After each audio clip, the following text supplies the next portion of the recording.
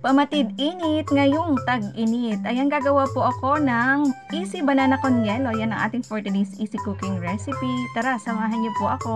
At mas mainam po ito kaysa bumili po tayo o mag-order po sa labas. Kasi po dito is makakakain ang buong family at anli pa. Ayan, bali gagamit po ako dito ng sangkaka o yung panutsa.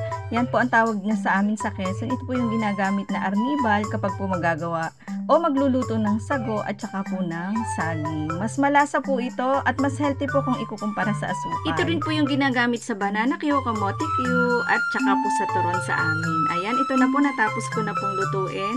At ngayon naman po ay ready na po tayong gumawa ng banana con yelo. Bali maglalagay po muna ako dito ng crushed ice. At pagkatapos ay sa ibabaw ay maglalagay na po tayo ng banana at saka po ng sago.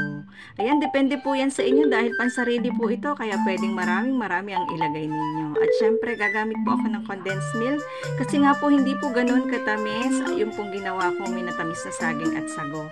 At pagkatapos po niyan, hindi pwedeng mawalang evaporated milk. At ayan, ready to serve na po ito.